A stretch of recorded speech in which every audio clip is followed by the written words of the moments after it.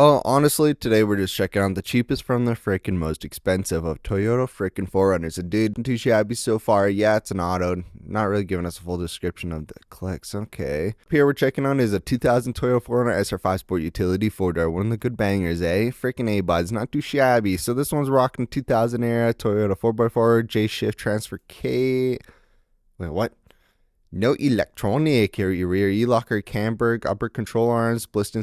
Okay, you kind of get the gist. He's got it rocking with a lot going on right now. I guess someone in a way truck would be a great hunting rig. No issues, went through and fixed issues. Add one, we got it. Runs and drives great, has higher mileage, but come test drive and see how well it handles and runs. I mean, interesting. You don't really hear that much on friggin' Facebook market page of people actually listening that in the description. But yeah, honestly, this one's not looking too shabby, looking pretty slick. Honestly, $5,000, not too shabby. But he says the AC blows cold, hot heat too. Ooh, not too shabby. I mean, like, in reality, this is what we're rocking with for $5,000. Honestly, $5,000 is not that bad of a bargain. You got a nice front bumper up there. You're obviously gonna have to do what you gotta do with painting it up, making it not fucking rust. Hey, you're in all the way in Arizona, I'm assuming, for the AZ Surprise. Who actually named a place Surprise in Arizona, if I'm correct on this? Now I'm kind of curious to double check. So now we're checking the map as the computer slowly this computer's such a pain. I just went to the Market of Surprise, Arizona location. So yeah, actually, I didn't really know that. You can click on these things just to get into these different areas. Interesting. Wicked, actually. Next up here, we got a 1994 Toyota 4 going for $5,000, listed 13 hours, going Safford AZ. Oh, another Arizona one as well, if I'm correct on counting the A and the Z, but fudging A. It's a freaking early morning. I'm not wide awake. Probably never, you know.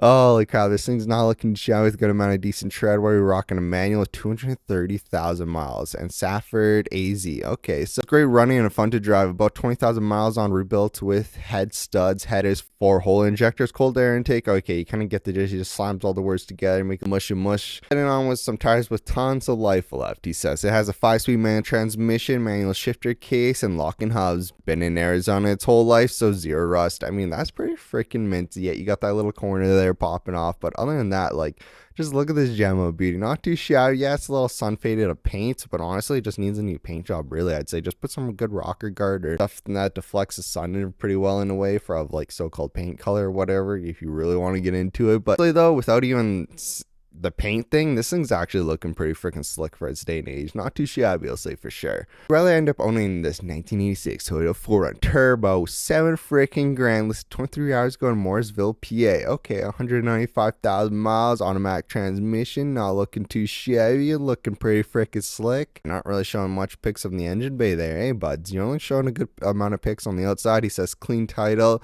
He says selling the rare Toyota 4Runner 1986 Turbo 22 RET. Really? Now it's rare. I'm kidding. Yeah, it's freaking rare. But why won't you just show us the engine bay? So I'm kind of little. I get the seats, but you could have just swapped those seats out. But honestly, please just show the engine bay. That's what we came to see, not pics of the outside. Like, hey, I mean, I get it. We do want to see the pics of the outside, but at the same time, show us the freaking turbo, buddy. I want to see the engine bay, but he's not showing it. Like, come on. Turbo seats in very good condition, no rips or tears. Like, come on, man. Where's the turbo at? Cons, auto transmission went a few days ago. Needs some body work. It cut all the rust to that. The body had cracked sunroof. Okay. Because it will drive onto a trailer when it's cold. Once it warms up, doesn't move. I don't have time to fix them. Located in Morrisville, PA. But I mean, $7,000. $7,000. For a turbo Toyota of the rare, you know. But honestly, that wouldn't be too shabby. But freaking, you can turbo almost any of them nowadays. I really want to say it, but freaking $7,000 for this, that ain't looking too shabby. But he's not showing us any pics of the engine bay, just showing us walk around a bit of the inside. You gotta show us the undercarriage too there. I'm almost forgetting that. Like, what the fudge are you rocking with, buddy guy? Oh, hey though, $7,000. I mean, that ain't too shabby. Would you go and cop it for $7,000? I mean, I kind of low-key would. I don't know about you fellas, eh? Would you rather end up owning this 1987 Toyota 4Runner SR5 Sport Utility 2-door going for $8,500, driven 312,000 miles on a sweet manual transmission? Oh, damn, bro. Now, this is what I want to see. I want to see a nice freaking pic of the engine bay. See, make sure that engine's actually there. You can or that turbo's there, you know? Like, come on. You got to see that turbo. But, I mean, flags, but you gotta hide it. That's real sus there, bud. Very clean 1987 4Runners. He's got a curved light bar, nice steel wheels with a nice full tread set. Ooh, not too shabby. Okay, because I have too many vehicles, 4x4, 8,500 OBO, not looking for trades. He has like 4 vehicles, and now he's saying I have too many vehicles. No, well, we got one up here. We saw a truck back there, so 3, like this one, if we're counting as his. I mean, could be not. I'm not fully sure, but holy though, boys. How to sell your vehicle because you have too many vehicles. What a shame. Honestly, you gotta collect them all. They're like fucking Pokemon, you know? Real life Pokemon Go is where you're collecting vehicles that you have to manually operate yourself, you know? I really thought about that until now, but I mean, very clean. All the way in California, Willits. Never heard of Willits before. Interesting. But low key. This thing ain't looking too shabby. I mean, come on, fellas. We're going from the cheapest to the freaking most expensive. Out of these 4 freaking banger options, which one would you choose and why would you choose it?